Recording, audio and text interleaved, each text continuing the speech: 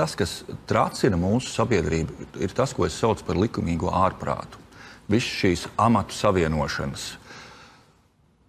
Ieņem vadošs amats ministrijās, savieno ar kapitāla sabiedrībām, vienu, otru, trešo. Jā, šobrīd politiķi pieņēma lēmumu, ierobežosim, bet ne līdz galam. Atkal kāda neredzama roka, lobbyistu roka vai kāda cita.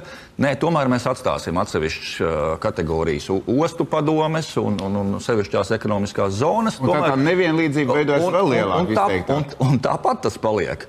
Un tad ir visi šie likumīgie ārprāti, kas ir likumīgi.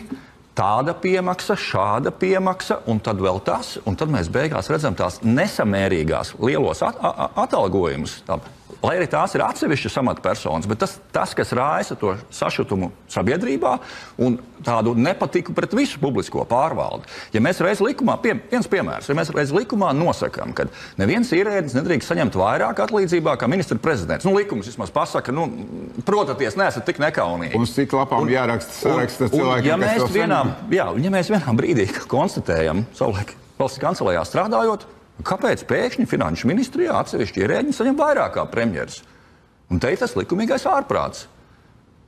Jā, mēs maksājam arī par virsstundām. Tas nekas, ka šīs amatpersonas strādā finanšu ministrijā, strādā vēl ostu padomēs un kapitāla sabiedrībās, bet pietiek vēl tās nekaunības, vēl virsstundas jau aprēķināt. Tas viss ir likumīgi. Bet tas ir likumīgs ārprāts, kas tracina šo sabiedrību par šo nesamērīgu. Un tāpat laikā ir nesamaksāti publiskās pārvaldes nodarbinātie. Dažādi vienkārši darba veicēji, kuriem naudas nepietiek.